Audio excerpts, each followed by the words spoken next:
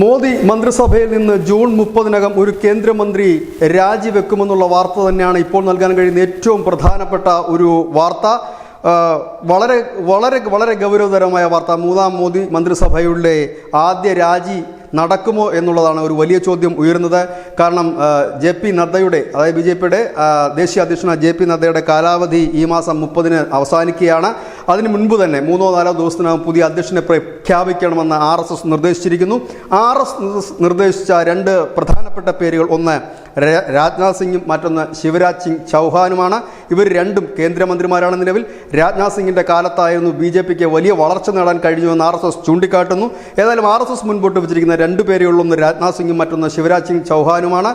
ഇവരെ ഉടനടി മന്ത്രിസഭയിൽ നിന്ന് രാജിവെപ്പിക്കുന്നതിൽ BJPക്ക് വിമുഖതയുണ്ട്. അതുകൊണ്ട് തന്നെ JP നദ്ദ അടക്കമുള്ള മുതിർന്ന നേതാക്കൾ RSSന്റെ ഹെഡ്ക്വാർട്ടേഴ്സായ നാഗപ്പൂരിൽ എത്തി ചർച്ചകൾ തുടങ്ങിക്കഴിഞ്ഞിരിക്കുന്നു. BJP അനുരാഗ് താക്കൂർ ഉൾപ്പെടെയുള്ളവരുടെ പേരുകളാണ് മുൻപോട്ട് വെക്കുന്നത്. ഇതിലൊരു സമവായം ഉണ്ടായില്ലെങ്കിൽ ഒരുപക്ഷെ കേന്ദ്ര മന്ത്രിസഭയിൽ നിന്നും, മൂന്നാം മോദി മന്ത്രിസഭയിൽ നിന്നും ആദ്യ കേന്ദ്രമന്ത്രി സ്ഥാനം രാജിവെക്കേണ്ടി വരും. ഒരുപക്ഷെ രാജ്നാഥ് സിംഗോ ശിവരാജ് സിംഗ് ചൗഹാനോ എന്നുള്ളതിലായിരിക്കാം. ഏതായാലും RSS ഒരു കടുംപിടുത്തമാണ് പിടിക്കുന്നതെങ്കിൽ ഇവരിൽ ഒരാളെ ദേശീയ അധ്യക്ഷനാക്കിയേ മതിയാകൂ. അങ്ങനെയെങ്കിൽ കേന്ദ്ര മന്ത്രിസ്ഥാനത്ത് നിന്ന് ഇവരിൽ ഒരാൾ രാജിവെക്കേണ്ടതായി വരും. ഏതായാലും BJPയുടെ മുതിർന്ന നേതാക്കൾ അടക്കമുള്ളവർ ഇപ്പോൾ നാഗപ്പൂരിലുണ്ട്. RSSന്റെ ദേശീയ നേതൃത്വവുമായി ചർച്ചകൾ പുരോഗമിക്കുന്നു.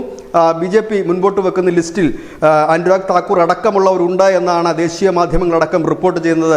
ഏതായാലും വരും മണിക്കൂറുകൾ, അല്ലെങ്കിൽ വരും ദിവസങ്ങൾ വളരെ നിർണായകമാണ്. News desk, news India Malayalam.